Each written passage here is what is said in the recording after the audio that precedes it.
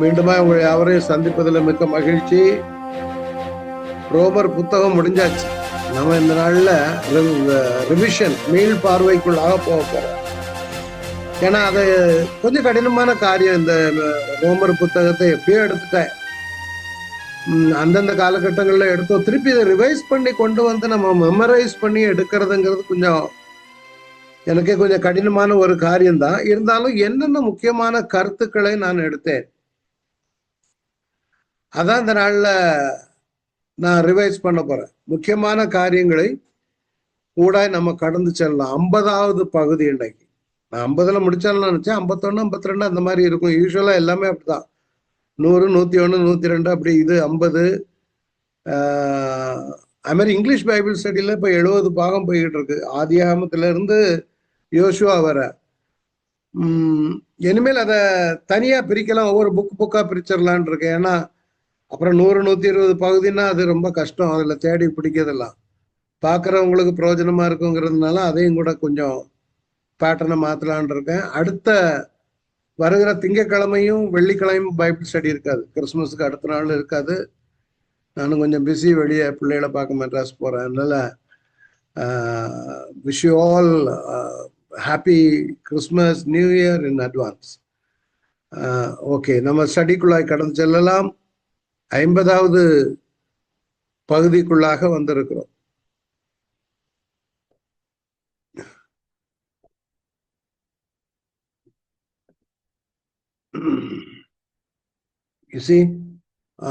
மீள்பார்வை revision 1. எப்படியும் அதிகமா 1 அல்லது 2, 3 இருக்கும்.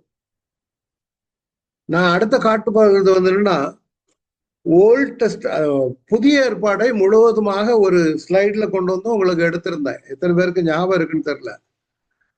நிறைய பேர் அதை திரும்பி போய் பார்த்துட்டு என்கிட்ட இது பண்ணாங்க, ரொம்ப எங்களுக்கு பிரயோஜனமா இருக்குது அப்படின்னு.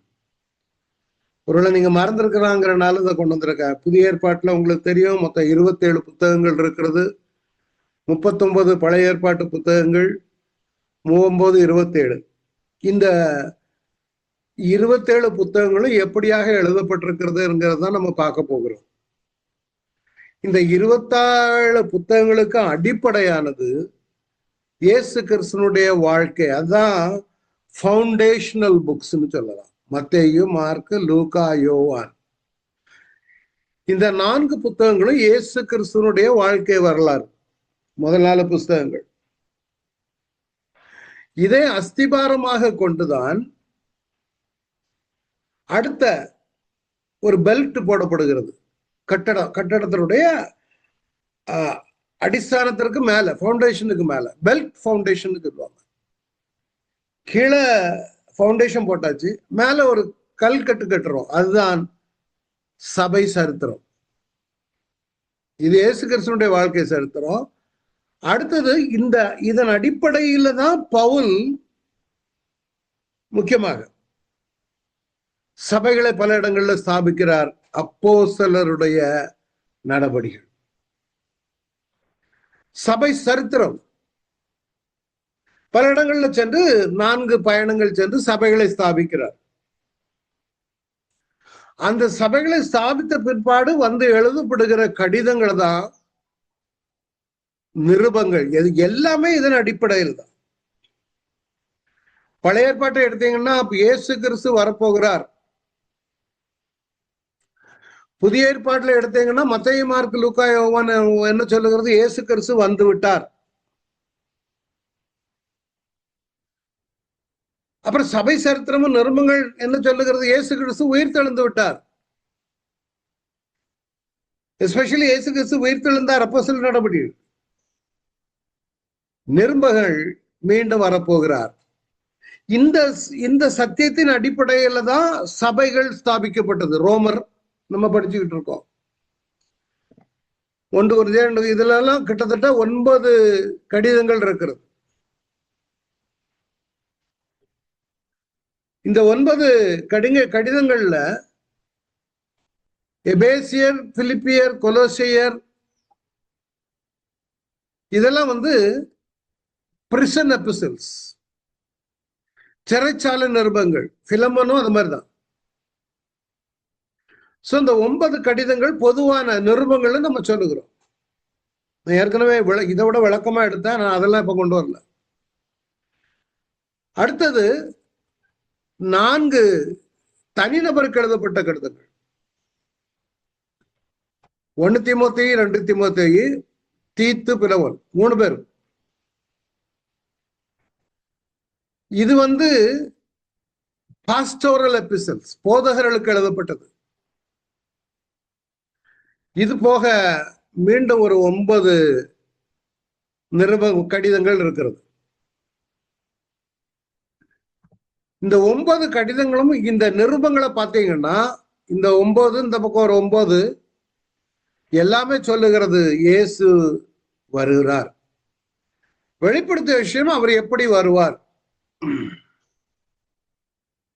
இதுல தனிநபருக்கு எழுதப்பட்ட கடிதங்களும் உண்டு. இன்னும் பிலமோனுக்கு தனிநபர் கடிதம் தான், தீத்துவுக்கு எல்லாமே கடிதம் தான். பட் தி பாஸ்டோரல் எபிசல்ஸ், ஒரு சபை தலைவர்களை எப்படி தேர்ந்தெடுப்பது, சபை எப்படி இருக்க வேணும், தவறான உபதேசங்கள் என்ன, தீத்துவுக்கு நல்ல ஆலோசனைகள் கொடுக்கிறது, இப்படி நிறைய காரியங்கள் இருக்கிறது. இளைய தலைமுறையில இளைய பாஸ்டர்களுக்கு இது கொடுக்கிறது தான் இந்த பாஸ்டோரல் எபிசல்ஸ். மூப்பர்கள் எப்படி இது பண்ண வேண்டும், டீக்கர்களை எப்படி தெரிந்து கொள்ள வேண்டும், பெண்களை எப்படியாக பாவிக்க வேண்டும், இந்த கடிதங்களுக்குள்ளாக எல்லாம் அமைந்திருக்கிறது. அதனால திருப்பி நான் உங்களை ஞாபகப்படுத்துகிறது. பழைய ஏற்பாடு இயேசு வரப்போகிறார், புதிய ஏற்பாடு சுவிசேஷம் சொல்லுகிறது இயேசு வந்து விட்டார், அவர் உயிர்த்தெழுந்தார், சபை சரித்திரம். நிருபங்கள் சொல்லுகிறது அவர் வரப்போகிறார். எப்படியாக வருவார், வெளிப்படுத்தின விசேஷம். இந்த புதிய ஏற்பாட்டில் உள்ள எல்லா காரியங்களும் ரோம நீங்க எடுத்துக்கிட்டீங்கன்னா எல்லாருமே முக்கியமான ஒரு சம்பவம் எருசலேம்ல நடந்துச்சு. பெந்தைக்கோஸ்து நாள்ல எல்லாரும் எருசலேம்ல கூடுவாங்க. எங்க மத்திய தரைக்கடலை சுற்றியுள்ள நாடுகள் எல்லா இடங்கள்ல இருந்தும். ஏன்னா யூதர்கள் சிதறடிக்கப்பட்டு அப்படி இருந்தாங்க. இந்த பெந்தைக்கோஸ்து நாள் ரொம்ப முக்கியமான நாள். அதனாலதான் பவுல் பயணங்கள்ல நாம திருப்பி திருப்பி எடுத்தேன். பவுல் ஏன் போகல, பெந்தைக்கோஸ்து நாள்ல கப்பல்லாம் அங்க இருந்து வரும், இப்படி டீட்டெயிலா எடுத்தேன். பவுல நம்ம எருசலேம்ல பார்த்தோம், அவரை கல்லெறிஞ்சு கொல்றதுக்கு எவ்வளவு முற்பட்டாங்க, கலகம் ஏற்பட்டுச்சு. அந்த கலகத்தை உருவாக்கியவர்கள்லாம் இந்த இடங்கள்ல இருந்து வந்ததுதான். கிரேத்தா தீவு, லிபியா, சிரேனே, யூதேயா, அரேபியா, எலாமித்தார், மேதர், பார்த்தர், மெசபத், எல்லா இடங்கள்ல உள்ளவங்க பண்டிகை நாள்ல எருசலேமுக்கு கூட வருவாங்க. இவர்களுக்கு எல்லாருக்கும் ஆனா இந்த பவுல் இந்த இடங்களெல்லாம் கலக்கிட்டு வந்திருக்க, உலகத்தை கலக்கிறவர்கள் அவருக்கு பேர். ஆண்டவரும் கூட அந்த புதிய ஏற்பாடை அரேஞ்ச் பண்ணி கொடுக்கும்போது ரொம்ப அழகா எழுதி கொடுத்திருப்பார். 4 புத்தகம் சொன்னேன், அடிப்படை புத்தகங்கள், மத்தேயு, மார்க்கு, லூக்கா, யோவான். மத்தேயு ஏன் முதல்ல கொண்டு வைத்தார்னு பார்த்தீங்கன்னா, யூதர்களுக்கு ராஜாவாக முதல்ல யூதர்களை இன்ட்ரோடியூஸ் பண்ணுகிறார். யூதர்களை கனெக்ட் பண்ண எழுதுகிறது தான் இந்த முதல் கீழே உள்ள அடிப்படையில் உள்ள 4 புத்தகங்கள். He is presenting Jesus as the King of Jews. இப்படி ஒவ்வொரு புத்தகங்களும் கிரேக்கர்களுக்கு எழுதப்பட்டது, ரோமர்களுக்கு எழுதப்பட்டது, அந்த மாதிரிதான் போகுது. மார்க் பாத்தீங்கன்னா, மார்க் சன் ஆஃப் மேன், மனுஷகுமாரன், மெயினா ரோமர்களை கான்சென்ட்ரேட் பண்ணி எழுதுகிறது. லூக்கா கிரேக்கர்களை கான்சென்ட்ரேட் பண்ணது, சேவியர் ஆஃப் த வேர்ல்ட் லூக்கா, லூக்கா, எஸ். ஜான் தேவகுமார். கர்த்தருக்கு சித்தமானா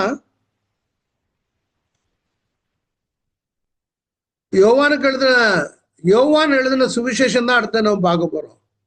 காஸ்பல் அக்கார்டிங் டு ஜான். எனக்கு என்னவோ I was so inspired and moved by the Holy Spirit. இதுல ரோமர்களுக்கு இயேசு கிறிஸ்துவை மனுஷகுமாரனாக பிரசன்ட் பண்ணுகிறார் மார்க்ல. இந்த ரோமாபுரியில் உள்ள சபையை தான் பவுல் இந்த கடிதத்தை எழுதுகிறார். தன்னுடைய 3வது பயணத்துல கொரிந்து பட்டணத்திலிருந்து எழுதுகிறார். இவர் ஏசியா மைனர்ல முடிச்சாச்சு. ரோமன் ப்ராவின்ஸ், அதெல்லாம் ரோமன் ப்ராவின்ஸ் தான். எல்லா இடங்களையும் முடிச்சுட்டாரு. அந்தியோக்கியா, இக்கோனியம், லிஸ்திரா, தர்பே, இந்த மாதிரி இடங்கள்லாம். சோ இப்ப ரோம், ஏன்னா ரோம்ல வந்து சபை ஃபார்ம் ஆயாச்சு. He is so concerned about the Romans, Roman Christians. அது நல்ல காரியம். ஒரு காரியம் ஞாபகத்துக்கோங்க, அந்த ரோமாபுரியில யாரெல்லாம் இருக்காங்கன்னு பார்த்திருக்கிறோம். ஆனா I want to remind you, எத்தனை தரமான ஜனங்கள், யூதர்கள், கிரேக்கர்கள் இருக்காங்க. ரோம்ல ரோமர்களும் உண்டு. முக்கியமாக அடிமைகள், ஏன்னோ படித்தவர்கள், கல்லாதவர்கள், படிக்காதவர்கள், காட்டுமிராண்டிகள், இங்கிலீஷ்ல பார்பேரியன்ஸ். ஏன்னா அந்த ரோமன்ஸ் வந்து கொஞ்சம் ஒரு மாதிரி அவங்க லெவல்ல ஹை ட்ரெஸ் எல்லாம் போலாம ஏழையா ஒரு மாதிரி தான் ஈஸ் எ பார்பேரியன் அப்படின்றாங்க. மால்டா தீவுல உள்ளவங்க பார்பேரியன். பார்பேரியன் என்ன அர்த்தம்னா கட்டுப்பாடு இல்லாமல் வாழுகிறவன். அவன் எதையும் கொல்லுவான், எதையும் சாப்பிடுவான், சுத்தம் இருக்காது, அந்த மாதிரி barbarian. But the real barbarians are the Romans, Roman emperors. அன்னைக்கு இந்த ரோமாபுரியில உள்ள ரோமன்ஸ் வந்து அவ்வளவு கேளிக்கை அரங்குகளில் கிறிஸ்தவர்களை மிருகங்களுக்கு இரையாக்கி கைத்தட்டி கொண்டாடுவானுங்க. அங்க ஞானிகள் இருக்காங்க, நாகரீகமானவர்கள் இருக்காங்க, நாகரீகமற்றவர்கள், நாகரீகம் இல்லாதவனை தான் பார்பேரியன்னு சொல்லுவாங்க. மற்ற நாடுகள்ல இருந்து வியாபாரத்திற்கு டென்ட் மேக்கிங் பிசினஸ், இன்னொன்னு ஒலிம்பிக்ஸ், விளையாட்டு வீரர்கள் உண்டு, கைதிகள் உண்டு, இது போக டெம்பிள் ப்ராஸ்டியூட்ஸ் உண்டு. நம்ம ஊர்ல இருக்கு பார்த்தீங்களா, நம்ம ஊர்ல ஒரே ஜனம்தான், இந்தியன்ஸ் தான். ஆனா நம்ம ஊர்ல ஜாதிய பேரை கொடுத்து பிரிச்சு வச்சுட்டா. எல்லாரையும் ஜாதி பேரை முத்திரை கொடுத்து அவன் எக்கனாமிக்கலி புவர் ஆகும்போது அவனுடைய வாழ்க்கை தரமும் கீழே குறையும். அது வேற. கிட்டத்தட்ட இதே மாதிரிதான் அங்கேயும் இது பண்ணிட்டானுங்க. But the real barbarians are the Romans. காட்டுமிராண்டித்தனமா வாழ்ந்தான் அவன் தான். ஜனங்களை கொண்டு குவித்து ஒரு மனுஷன் மிருகத்திற்கு இரையாகும் பொழுது இவன் கைத்தட்டி கொண்டாடுவான். அது மாதிரி நம்ம ஊர்ல 30 முக்கோடி தேவர்கள் மாதிரி அவனுங்களுக்கு நிறைய ரோமன் காட்ஸ் உண்டு. ரோமன்ஸுக்கும் கொஞ்சம் கை நிறைய கடவுள்கள் இருக்கிறாங்க. கிரேக்கர்களுக்கும் நிறைய இம்போர்ட்டட் காட்ஸ் இருக்கிறாங்க. இந்த இந்த ஊருக்குள்ள, அதாவது இப்போ தமிழ்நாட்டில் இந்தியாவில் எடுத்துக்காங்களா, ஏன் கிறிஸ்தவ நுழையில இதேதான் காரணம். பலதரப்பட்ட ஜனங்கள், பலதரப்பட்ட கல்ச்சர், பலதரப்பட்ட நம்பிக்கைகள், அதுக்குள்ள கிறிஸ்தவம் நுழைய முடியல, ஃபெயில். வந்தாங்க மிஷினரிகள், வந்தாங்க, நுழைஞ்சாங்க, அதனால நாம இருக்கோம் இல்லைங்கல. எதிர்பார்த்த அளவுக்கு ரிசல்ட் இல்லை. அவ்வளவு கடினமான ஒரு கிரவுண்ட் இது. சாதியத்தை கொண்டு வந்துட்டாங்க. அப்ப கிறிஸ்தவர்களுக்குள்ள ஜாதியம் வந்ததுனால அங்கேயும் கிறிஸ்தவர்களுக்கு ஒரு குறிப்பிட்ட ஜாதியினருக்கு ஒரு கப்பு, இன்னொரு ஜாதியினருக்கு இன்னொரு கப்பு, அந்த சாதியம் உள்ளுக்கு நுழைஞ்சுது. அப்ப இதுல பியூர் கிறிஸ்டியன்ஸ், அதாவது வேத வசனத்திற்கு கீழ்ப்படுகிற கிறிஸ்தவர்கள்னு பாத்தீங்கன்னா இன்னைக்கு கிறிஸ்தவமும் பொல்யூட் ஆகி போச்சு. நான் I am taking giving you the overall picture. நீங்க நம்ம ரிவிஷன்ல ஆனனால இதை எடுக்க வர. ரோம் எவ்வளவு கடினமான ஒரு, இவ்வளவு ஜனங்கள் உள்ள இடம், இவ்வளவு தெய்வங்கள் உள்ள இடம், இவ்வளவு நம்பிக்கைகள் உள்ள இடத்துக்குள்ள கிறிஸ்தவம் தழைத்தவங்க வேண்டுமானால் ஆவியானுடைய துணை வேணும். இந்த பவுலை போன்ற தலைவர்கள் இருந்ததுனாலதான் இது நடந்துச்சு. தமிழ்நாட்டுல ஏன் இன்னைக்கு ஏன் முடியல? தமிழ்நாட்டுல ஏன் இன்னைக்கு இவ்வளவு ஏகப்பட்ட பிரிவுகள், அதுலயும் ஏகப்பட்ட கல்ட் குரூப், துருபதேச கிறிஸ்தவர்கள், மரியாதை வணங்குகிற ஒரு கூட்டம் உண்டு. இன்னொரு கூட்டம் சும்மா எல்லாரையும் அவன் வாயில வர்றதெல்லாம் டாக்டரினா கொண்டு வந்து கிறிஸ்தவத்தை, அந்த போக்கஸ்டு கிறிஸ்டியானிட்டி இன்னைக்கு இல்லை.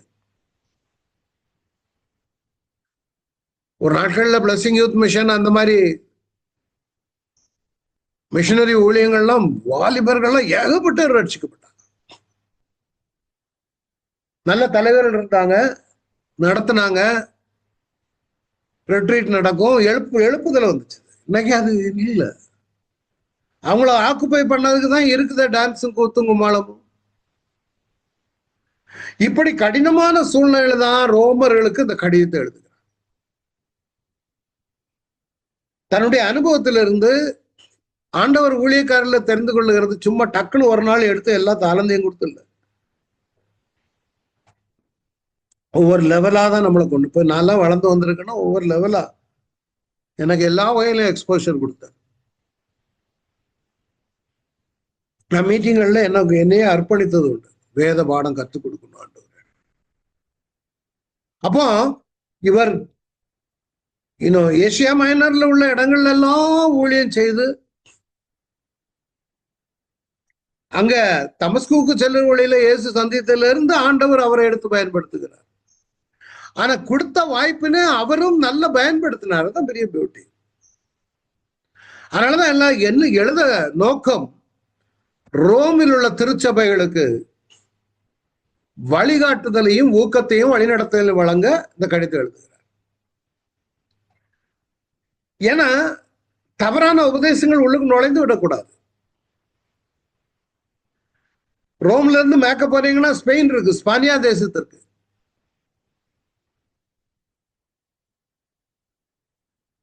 அப்போ அவர் நினைச்சாரு ரோம்ல இருந்து ஸ்பெயினுக்கு ரோம பேஸா வச்சு அடுத்த ஒரு நெக்ஸ்ட் லெவல் ரவுண்டு போலான்னு முற்பட்டார். அந்த நோக்கத்தோடு தான் கிரேக்க தேசத்தில் உள்ள கொரிந்து பட்டணத்தில் இருந்து இந்த கடிதத்தை ரோமர்களுக்கு எழுதுகிறார். பல காரணங்கள் உண்டு. இந்த கொரிந்து பட்டணம் மோசமான பட்டணம், அந்த இடங்கள் எல்லாம் பயங்கர உபச்சாரம், வேசித்தனம் எல்லாம் தலைவிரித்து ஆடக்கூடிய இடங்கள்.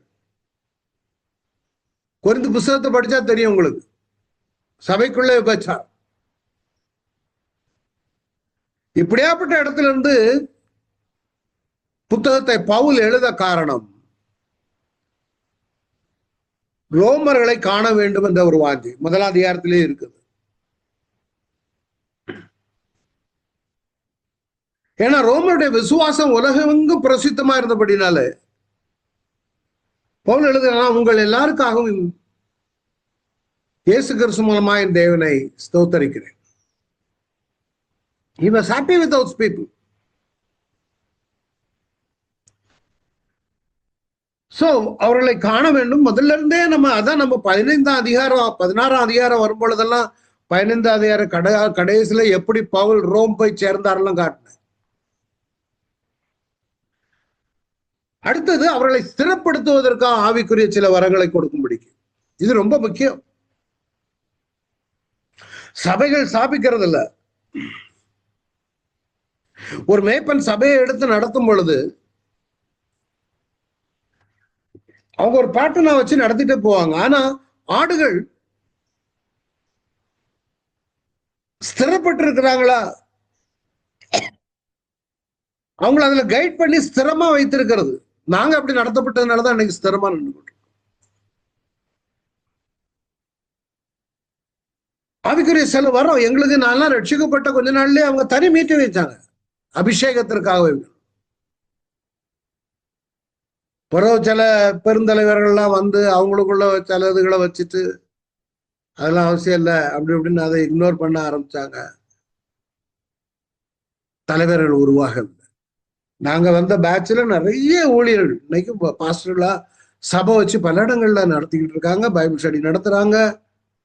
இங்க கூட ஒரு சகோதரர் இருக்கார் மூர்த்தின்னு, பயங்கர ஜீல், அப்படி ஒரு வைராக்கியம். அப்போ ஸ்திரப்படுத்துறதுக்கு அவங்கள, அது மாத்திரம் இல்ல, உங்களிலும் என்னன்னு உள்ள விசுவாசத்தினால நானும் ஆறுதல் அடைய. அவருக்கு ஒரு பெரிய ஒரு வாஞ்சை. ஒரு விசுவாசியை பார்க்கும்போது நம்ம சொல்லுவோம் தெரியுமா, ஐயோ உங்களை பார்ப்பதில் ரொம்ப சந்தோஷம் பிரதர், இல்லையா? அப்போ இன்னொன்னு சொல்றாரு அடுத்தால, புறஜாதியான மற்றவர்களுக்குள்ளே, எங்க மற்ற தர்பை லிஸ்திரா அந்த இடங்கள்லாம் சின்ன ஆசியா, ரோமர்களுக்குள்ள சில பலனை அடையும் படிக்கும், கிரேக்கருக்கும் மற்ற அந்நியர்களுக்கும் ஞானிகளுக்கும் மூடருக்கும் நான் கடனாளி என்கிறார். இந்த ஜனங்களுக்கு கடனாளியாக நான் இருக்கிறேன். அதனால எவ்வளவு தெளிவா எழுதுகிறேன். என்னால் ஏந்த மட்டும் சுவிசேஷத்தை பிரசங்கிக்க விரும்புகிறேன்.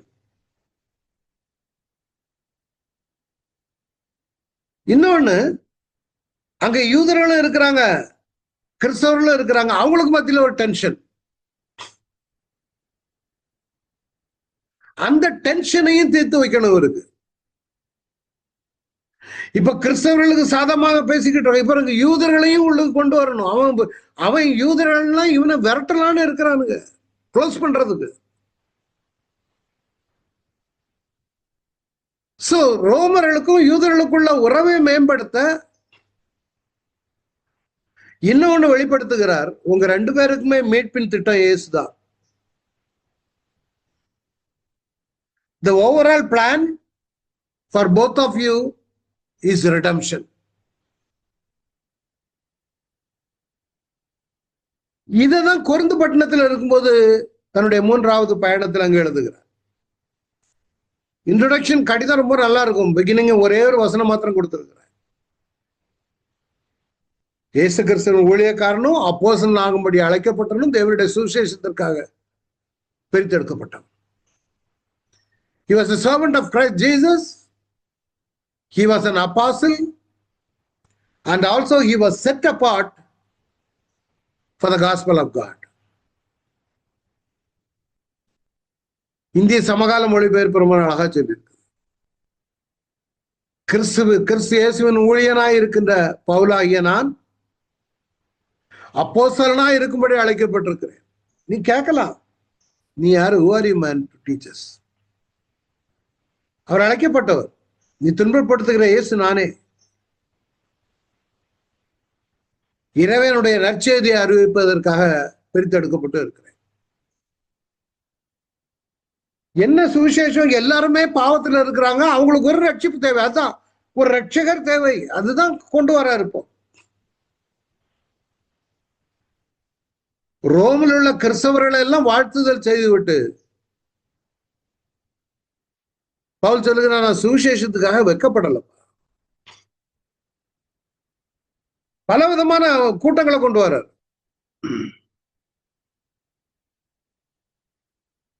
அன்ரைச்சியஸ் ஜனங்க எப்படி இருக்கிறாங்க? அநீதி செய்கிறவர், அநீதி செய்கிற இஸ்ரவேலை குறித்து பேசுகிறார். அதனால வரப்போகிற நியாய தீர்ப்பை குறித்து பேசுகிறார். அதுதான் அந்த சுவிசேஷம். யூதர்களும் அவருடைய பிரமாணங்களை குறித்து பேசுகிறார். தேவன் எவ்வளவு உண்மையுள்ளாக இருக்கிறார் என்பதை பேசுகிறார். எல்லாரும் பாவம் செய்து கட்டு போனார்கள். ஆனா ஒரே ஒரு, there is only one righteous. No one righteous among the no one righteous. Jesus is the one who makes you righteous. முக்கியமான அடிப்படை இது. விசுவாசத்தினால் நீதிமான் பிழைப்பான். அதான் கிறிஸ்து, அந்த சுவிசேஷம். பவுல் சொல்லுகிறார், கிறிஸ்துவின் சுவிசேஷத்தை குறித்து நாம் வெட்கப்படுவதில்லை. அது யூதருக்கு ஆனாலும் சரி, கிரேக்கருக்கு ஆனாலும் சரி, உனக்கு அது ரட்சிப்பை கொண்டு வந்து விடும். நீ அதுக்காண்டி பிரமாணம் வேணும், விருத்த சேதனம் வேணும், பண்டிகை வேணும், அதெல்லாம் கிடையாது. Just put your trust. Martin லூதரை தொட்ட வசனம் இதுதான். ஏன்னா கத்தோலிக்கத்துல அன்னைக்கு வந்து என்ன பயங்கர சட்டத்திட்டங்கள். நீ ரட்சிக்கப்படணும்னா இவ்வளவு காணிக்கை நீ போடணும். இன்டெலிஜென்சஸ் போன தடவை எடுத்தேன், இதெல்லாம் டீட்டெயிலா எடுத்தேன்.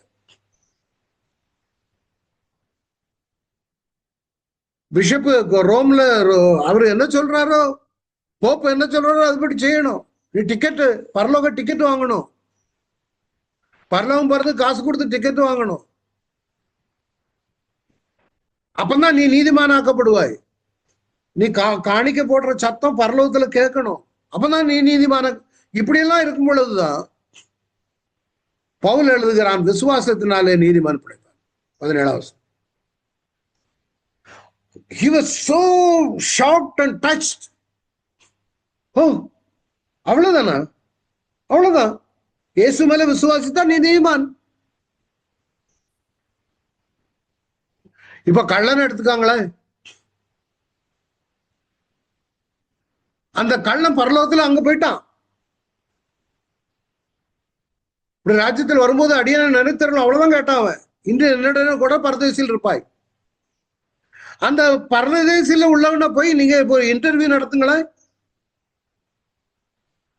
அவன் பரதேசிக்குள்ள ஆண்டவரோடு போயிட்டான் அந்த கள்ளன்.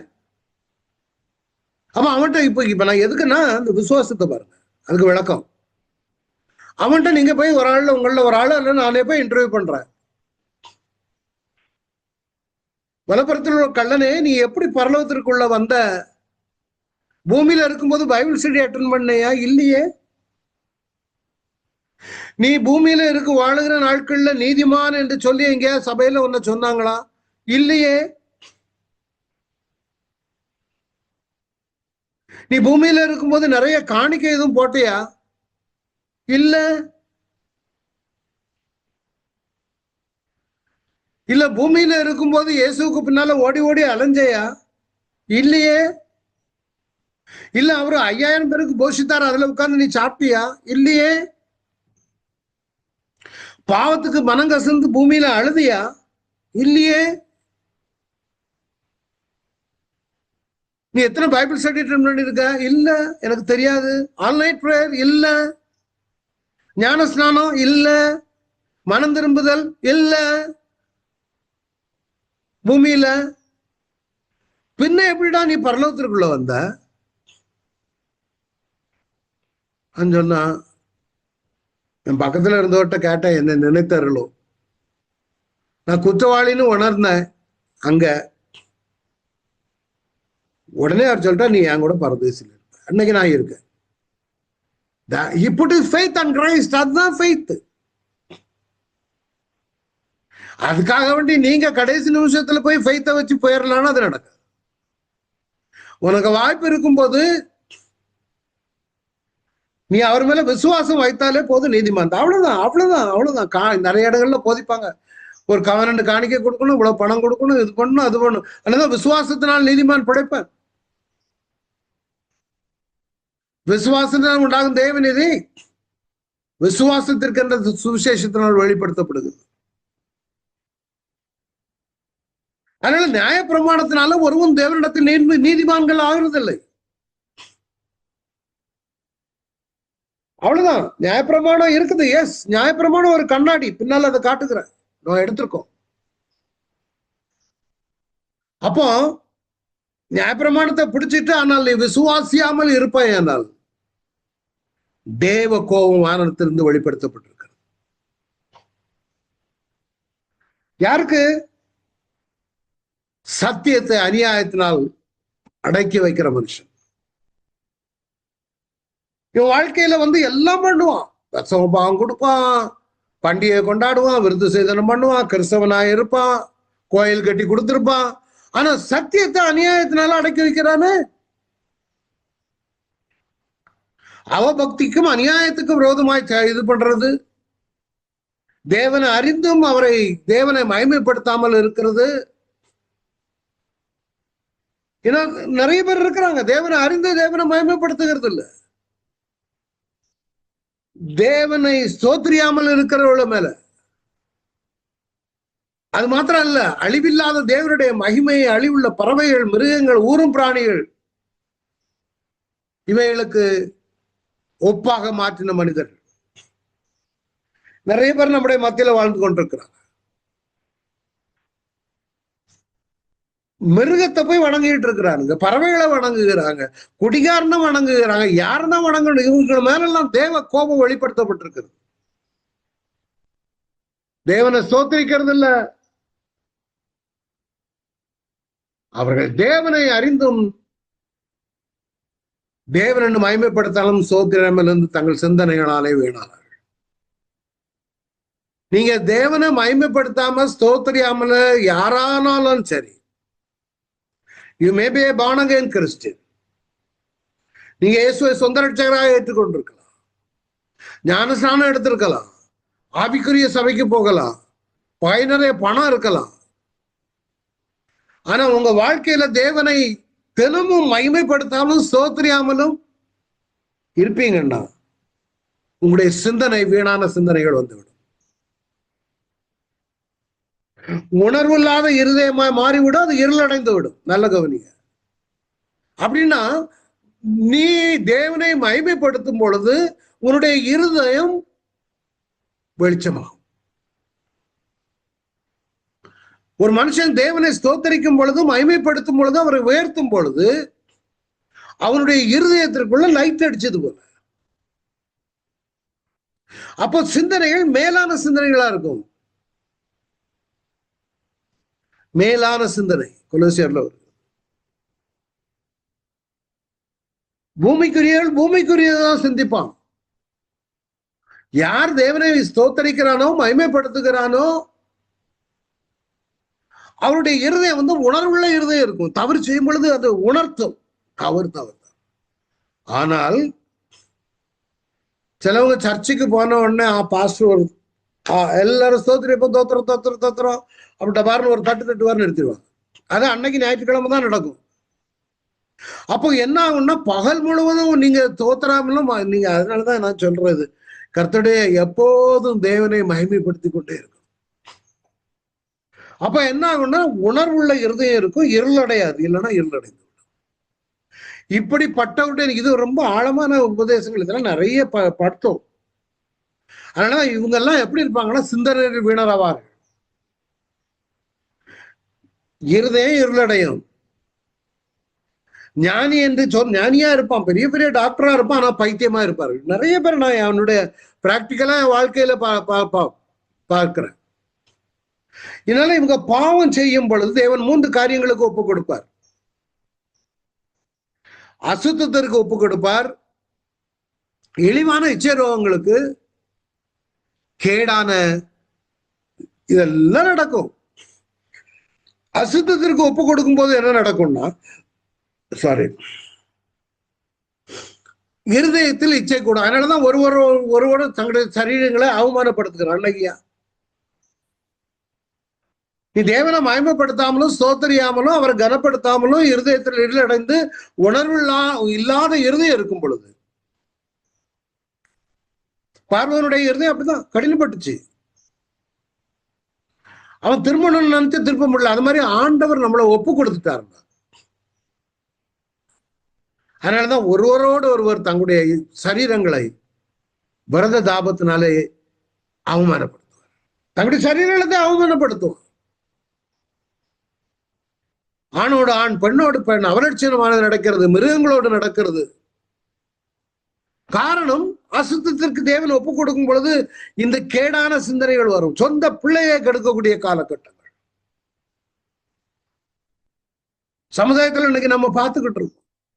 காரணம், தேவனை மகிமைப்படுத்தாமலும் சோத்திரியாமலும் இருக்கும் பொழுது, திருமண பந்தத்தில் இருக்கும்போதே தவறான உறவுகள், தாய் தகப்பன் பிள்ளையை கெடுப்பது, மகளை கெடுக்கிறது,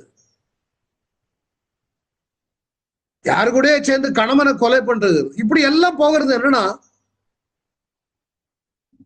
தங்கள் சரீரங்களை அவமானப்படுத்துவார். நம்ம இடையில ஒரு கேஸ் எல்லாம் நடந்துச்சு. எவனோ பிரியாணி வாங்கி கொடுத்தான்னு சொல்லி சொந்த பிள்ளையவே கெடுத்துட்டான், கொன்னுட்டான். இப்படிப்பட்ட ஜனங்கள் தேவனுடைய சத்தியத்தை பொய்யாக மாற்றுவார். திருப்பியும் சொல்றேன், தேவனை ஸ்தோத்தரியாமலும் மகிமைப்படுத்துங்க, ஸ்தோத்தரிங்க, தேவனை வாழ்த்தி கொண்டே இருங்க.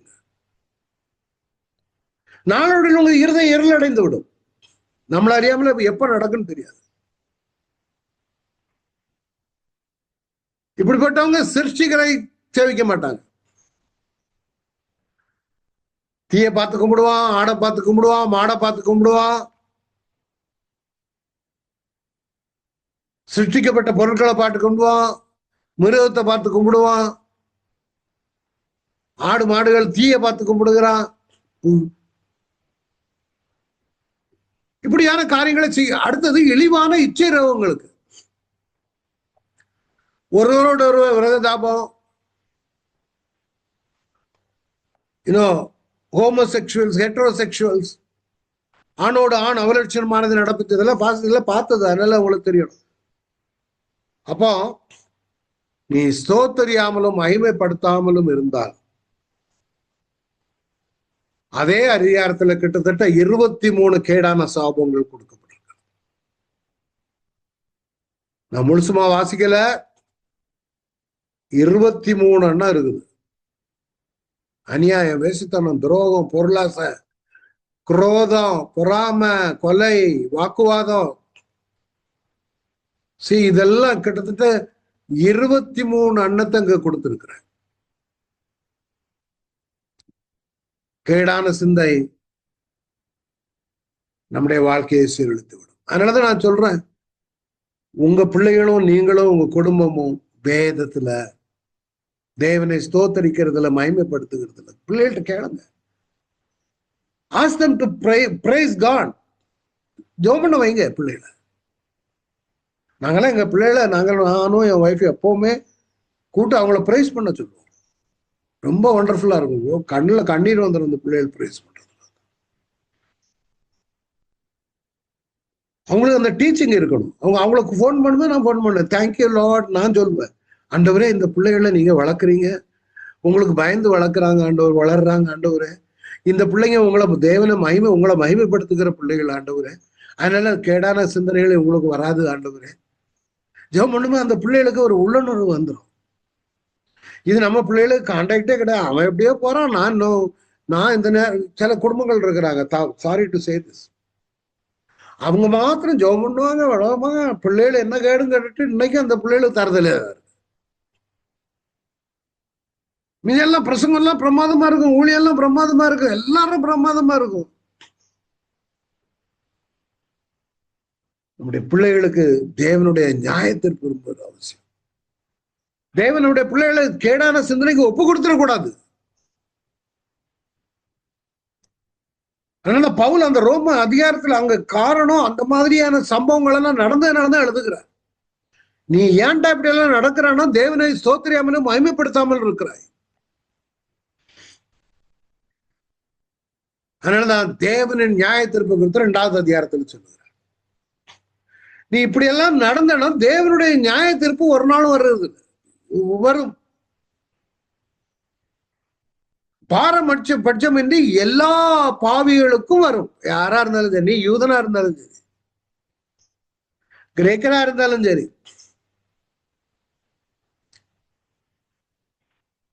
ஒருவேளை நீ சொல்லலாம், எனக்கு அதெல்லாம் ஒண்ணும் தெரியலையே, எனக்கு ஒண்ணும் வெளிப்படுத்தலையே, நான் பைபிள் படிக்கல, இயேசு எனக்கு தெரியாது. அதான் பவுல் எழுதுகிறார், ஆண்டவர் எல்லாருக்குமே அவனவனுடைய இருதயத்துல வெளிப்படுத்திடுவார் தன்னை. எப்படி ஒரு புள்ள ஏதாவது ஒரு முட்டாய திருடுதுன்னு வைங்களேன், அப்ப யாரும் பார்க்காத நேரத்துல ஒரு உதாரணத்துக்கு சுகர் எடுத்து சாப்பிட போகுது. யாரும் பார்க்காத நேரத்துல சுகரை எடுத்து வாயில வச்சுக்கிட்டு இருக்கும் போது அம்மா வந்துட்டாங்கன்னா பயந்து போய் கைய பின்னால வச்சு மறைக்கும். இது எப்படி யாரும் சொல்லி கொடுத்து வருகிறதா? இல்ல, தேவன் ஒவ்வொருவருக்கும் வெளிப்படுத்துகிறது. அது அவனுடைய இருதயத்திற்குள்ளாகவே தெரியும் எது சரி எரி தவறு, பிறக்கும் போதே வந்து விடும்.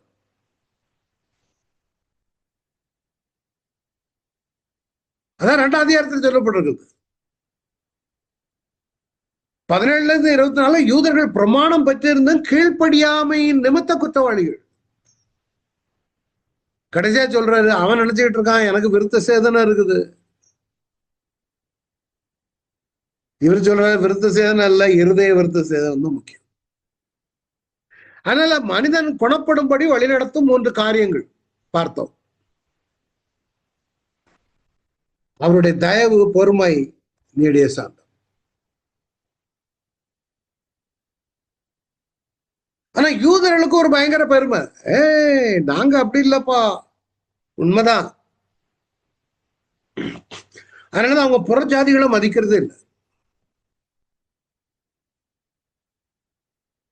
அவங்க நினைப்பு என்னன்னா, நாம பயங்கரமான ஆளுங்க, ஆனா ஆண்டவர் பொறுமையா இருக்காருங்கிறத மறந்துட்டாங்க. இது யூதர்களின் பெருமை.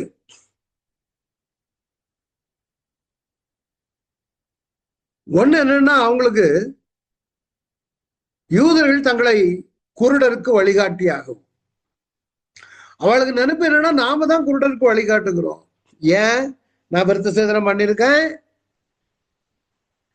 நான் பஸ்கா பண்டிகை கொண்டாடுவேன், புளிப்பில்லாப்ப பண்டிகை கொண்டாடுவேன், பெந்தேகோஸ்தே பண்டிகை எல்லா பண்டிகையும் கொண்டாடி இருக்கேன், ஆலயத்துல போய் பலியெல்லாம் செலுத்திட்டு வந்திருக்கேன். அதை வச்சு அவனுங்க அவங்களுடைய என்ன சொல்லலாம், பாரம்பரிய பழக்க வழக்கங்களை வைத்து தங்களை வழிகாட்டியாக இருக்கிறான்.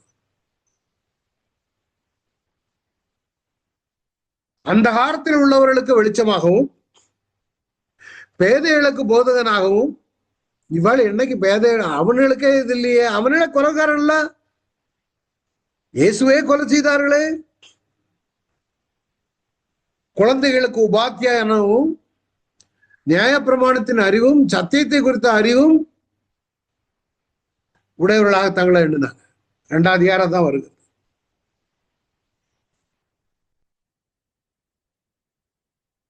இது 2ஆம் அதிகாரம் முடிச்சாச்சு. அடுத்த 3ஆம் அதிகாரத்தில் வரும்போது சொல்றோம், யூதர்கள் மேன்மையானவர்கள் தான். அதான் சொல்ல வர்றாரு 3ஆம் அதிகாரம். ஆனா நல்லா வைங்க, எல்லாரும் பாவம் செய்து, அதான் மெயின்.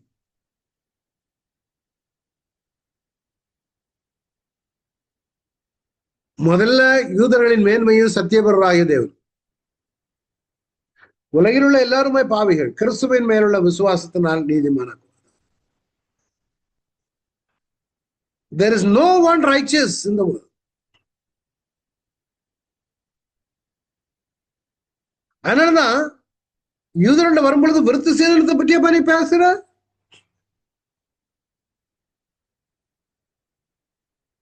நீ விருத்த சேதனம் பண்ணலாலும் சரி, நீ விருத்த சேதனம் பண்ணாமல் இருந்தாலும் சரி, இதான் அந்த சாராம்சத்தை கொண்டு வர. கிறிஸ்து இயேசுவுக்குள் விருத்த சேதனம் ஒன்றுமில்லை, விருத்த சேதனம் இல்லாமையும் ஒன்றுமில்லை, புது சிருஷ்டியே காரணம். நீ இவ்வளவெல்லாம் கொண்டாடுகிறையே, குருடனுக்கு வழிகாட்டியாகவும் எல்லாம் பண்றிய. உனக்கு தேவை கிருபையும் விசுவாசம். இதை நான் உங்களுக்கு கிருபையினால விசுவாசத்தை கொண்டு ரட்சிக்கப்பட்டீர்கள்னு ஒரு அனிமேஷனோட கூட எடுத்தா உங்களுக்கு. எத்தனை பேருக்கு ஞாபகம் இருக்கு தெரியல. ஒரு நிமிஷம், சாரி.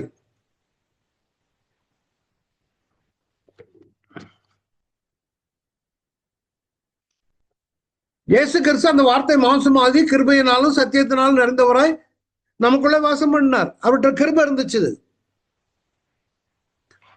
அவருடைய மகிமையை கண்டோம். இயேசு கிறிஸ்துகிட்ட கிருபை இருந்துச்சு, அவர்கிட்ட இருக்குது. விசுவாசம் உங்ககிட்ட இருக்கணும், என்கிட்ட இருக்கணும். அதனால எபேசியர் 2:8 சொல்றாரு, கிருபையினால விசுவாசத்தை கொண்டு ரட்சிக்கப்பட்டீர்கள். ஒரு மனுஷன் ரட்சிக்கப்பட வேணுமானா 2 தேவை, கிருபையும் விசுவாசம். அதான் அந்த அனிமேஷன் மூலம் காட்டின. நடுவில் ஒரு பல்ப் இருக்குது, ரெண்டுமே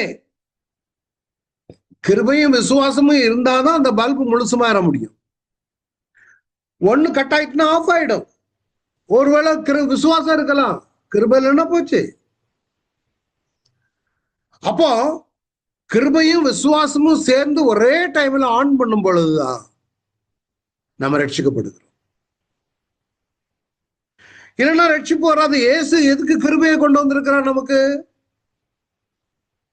நமக்கு தண்டனை, பயங்கர பாவம். You deserve death. அதனால அங்க கிருபையை பயன்படுத்துகிறார். அப்ப ரோமர்களுக்கு என்ன எழுதுகிறார்? அதெல்லாம் இருக்கட்டு, யூதர்களுக்கு நீ நம்பி இருக்கிற பிரமாணம் அது ஒன்னு ரட்சிக்காது. அந்த பிரமாணம் பாவத்தை பிரதிபலிக்கும் கண்ணாடி. நீ எப்படி இருக்கன்னு காட்டுகிற கண்ணாடி.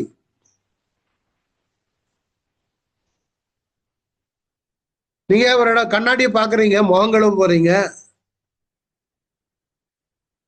கண்ணாடியை பார்த்தா உங்களுக்கு முகம் அழுக்கா இருக்குது, சாப்பிட்டுட்டு வாயெல்லாம் எச்சு அசிங்கமா இருக்குன்னு வைங்களேன், தூங்கி முழிச்சா இல்லை போறீங்க, முகமெல்லாம் ஒரு மாதிரி. கண்ணாடியை பார்த்தது கண்ணாடி உங்களை கழுகாது. கண்ணாடி உங்களை காட்டுதான் நீ அழுக்கு இருக்குதுப்பா. நீ எப்படி இருக்கன்னு காட்டுறதுதான் பிரமாணம். உன்னை கழுகணுமானா அந்த தண்ணி வேணும். இயேசு கிறிஸ்துடைய ரத்தம் சகல பாவங்களை நீக்கி சுத்திகரிக்கும். அதான் சொன்ன, இது ஒரு பிரதிபலிக்கும் கண்ணாடி. நீ எப்படி இருக்க, நீ எப்படி நடந்து போற. இவன் தான் பாவ மனிதன். இவன் இந்த பிரமாணம் முன்னால போயினா இப்படி நடந்து வரடா. அதுவும் ஒண்ணு முழுசா காட்டுறது கொஞ்சம் குறைவாதான் காட்டுங்க, அப்படித்தான் காட்டுது.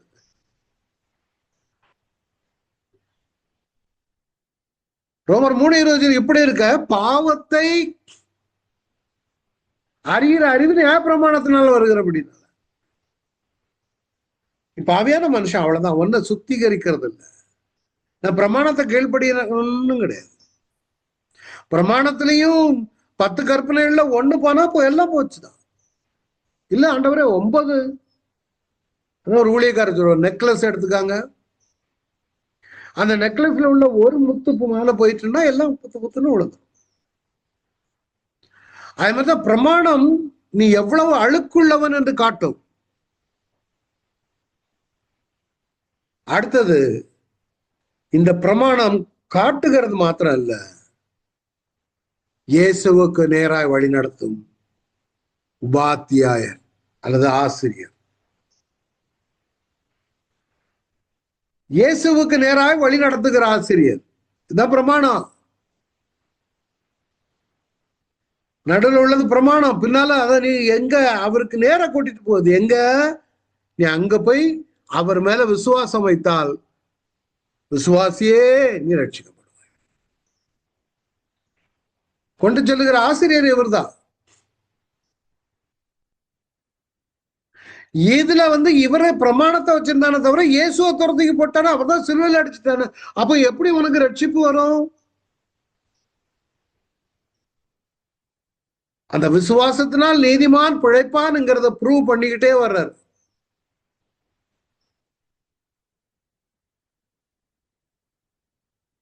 பிரமாணம் இயேசுக்கு அதனாலதான் வரப்போகிறார், இயேசு வரப்போகிறார். புதிய ஏற்பாடு சொல்லிச்சு, வந்து விட்டார் சுவிசேஷம் சொல்லிச்சது. அப்போஸ்தலர் சொல்லிச்சது, வந்தார், மரித்தார், உயிரோடு எழும்பி விட்டார். எல்லாமே அவர்கிட்ட தான் கொண்டு போய் விடுது, இயேசு கிட்ட. இவனுங்கதான் இயேசுவை தூரம் எடுத்துட்டாங்களே. அதனாலதான் இயேசு பவுலுக்கு காட்சி அளித்து, நீ போய் சொல்லு புற ஜாதிகளுக்கு. அந்த வேலையை தான் பவுல் செய்து கொண்டிருக்கிறார். அந்த சுவிசேஷத்தை எப்படியெல்லாம் மத்திய தரகடலை சுற்றி கொண்டு போனார், இதுதான் கொண்டு போனார். அவர் வந்தார், உண்மைதான். வரப்போறார்னு சொன்னது உண்மைதான். நீங்கள் சிலுவையில் இருந்த அந்த இயேசுவையே தேவன் ஆண்டவரும் கிறிஸ்துவும் ஆகினார். எப்ப? உயிர்த்தெழுதல்.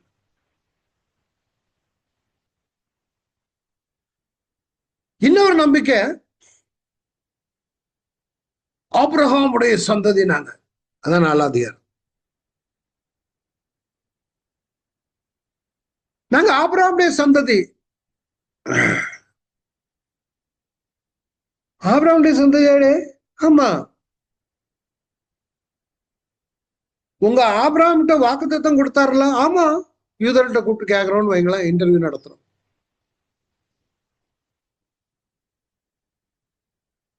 ஆபிரகாமுக்கு சந்ததியா நீ? ஆமா.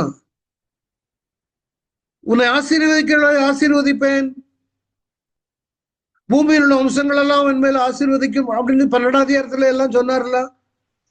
ஆமா, நாங்க அவருடைய சந்ததி. அப்ப அந்த வாக்கு தத்தம் கொடுக்கும் பொழுது நீங்கெல்லாம் யூதர்கள் தானே? ஆமா. உங்களை விசேஷம் என்ன? நாங்க விருத்தசேதனம் பண்ணப்பட்டவர்கள், நாங்கள் ஆசீர்வதிக்கப்பட்டவர்கள் ஆபிரகாமை போல. அப்ப அந்த யூதர்கிட்ட கேட்போம் அடுத்த கேள்வி.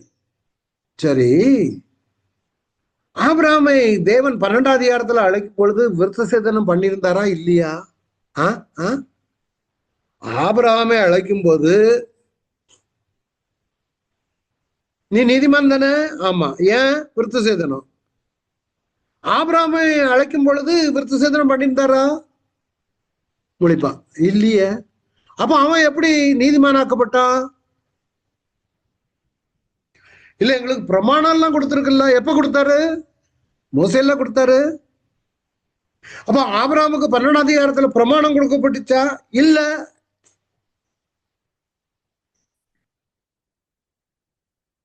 யூதன் முழிப்பான், எப்படி? எப்போ நாங்க நீதி எப்படியாக்கும்? ஆபிரகாம் எங்களுடைய மறுப்புதான்னு சொல்றதுல அர்த்தமே இல்லையே. அப்பதான் நீங்களும் நானும் சொல்லுவோம், வானத்து நட்சத்திரத்தை பார்த்து விசுவாசித்தான், நீதிமானாக்கப்பட்டான். இதான் விசுவாசம். நலாதிகாரத்துல கிரியைகளை தவிர்த்து நீதியை பற்றி தாவீதின் சாட்சி. அதான் 9:12 போட்டிருக்கு பாருங்க, விருத்த சேதனம் செய்வதற்கு முன் ஆபிரகாமின் விசுவாசம்.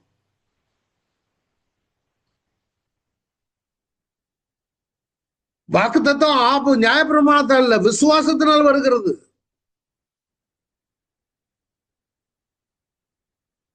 தேவனுடைய வாக்குறுதியில் ஆபிரகாமின் விசுவாசம். அதுதான் நாம, அதனாலதான் நாம அதுல இருக்கோம். நீ எப்படி ஆபிரகாமுடைய வாக்குத்தத்தத்தை சுதந்திரிக்கிறாய்? அவன் விருத்த சேதனம் பண்ணல, நானும் விருத்த சேதனம் பண்ணப்படல. அவனுக்கு பிரமாணம் கொடுக்கப்படல, எனக்கும் பிரமாணம் கொடுக்கப்படல. அவனுக்கு விசுவாசம் இருந்தது, உனக்கு எனக்கு இயேசுவின் மேல விசுவாசம் இருக்குது. தேவன் அனுப்பின இயேசு.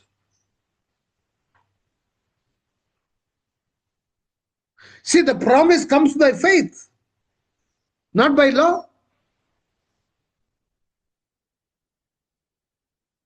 Abraham had faith in God's promise. ஆண்டவர் கொடுத்த வாக்குத்தத்தத்துல விசுவாசித்தான். அதனால விசுவாசிகளுடைய வாழ்வில் நடப்புதுன்னு கொடுத்திருக்கு. வசனத்தை கொண்டு வந்திருக்க பாருங்க, 23-25. அது அவனுக்கு நீதியாக எண்ணப்பட்டது. அவனுக்காக மாத்திரமல்ல, நமக்காகவும் எழுதப்பட்டிருக்கிறது. நம்முடைய கர்த்தராகிய இயேசுவை மரித்தோரிலிருந்து எழுப்பினவரை விசுவாசிக்கிற நமக்கும் அப்படியே எண்ணப்படும். அவர் நம்முடைய பாவங்களுக்காக ஒப்பு கொடுக்கப்பட்டு நாம் நீதிமான்கள் ஆக்கப்படுவதற்காக எழுப்பப்பட்டும் இருக்கிறார். அதான் கடைசி ரோமர் 8:11 சொல்லுகிறார், அந்தியும் இயேசுவை மரித்தோர்ந்து எழுப்பினவருடைய ஆவி உங்களில் வாசமாயிருந்தார். கிறிஸ்துவை மரித்தோர்ந்து எழுப்பினவர் உங்களில் வாசமாயிருக்கிற தம்முடைய ஆவியினாலே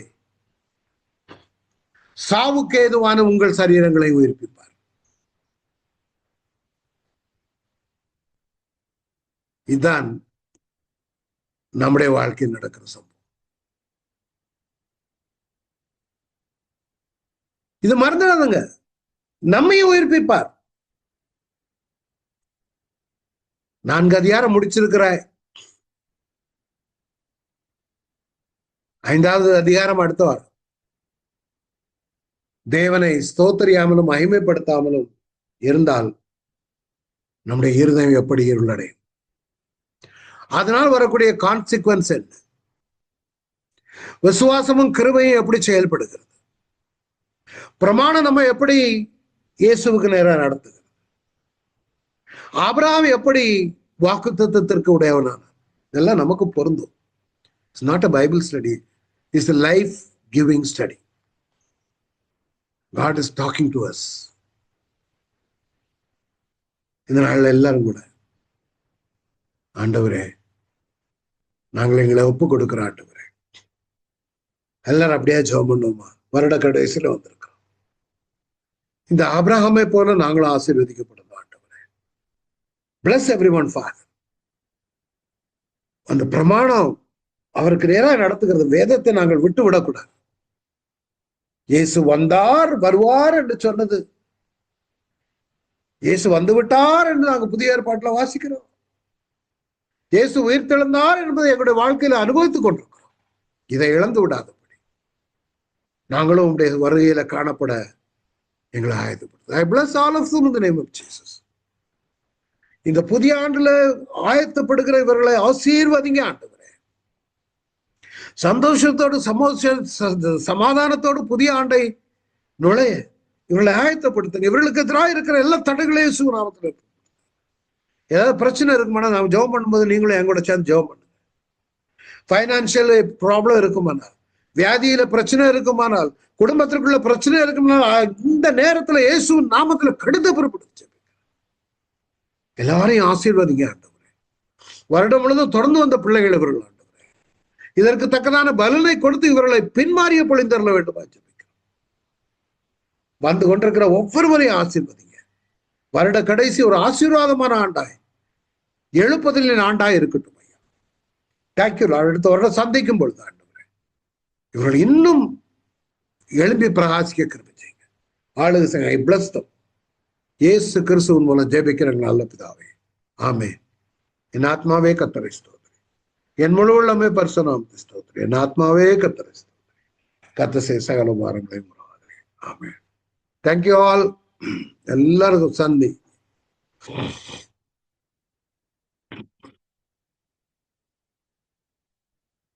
ஓகே பிரதர், எல்லாருக்கும் நன்றி.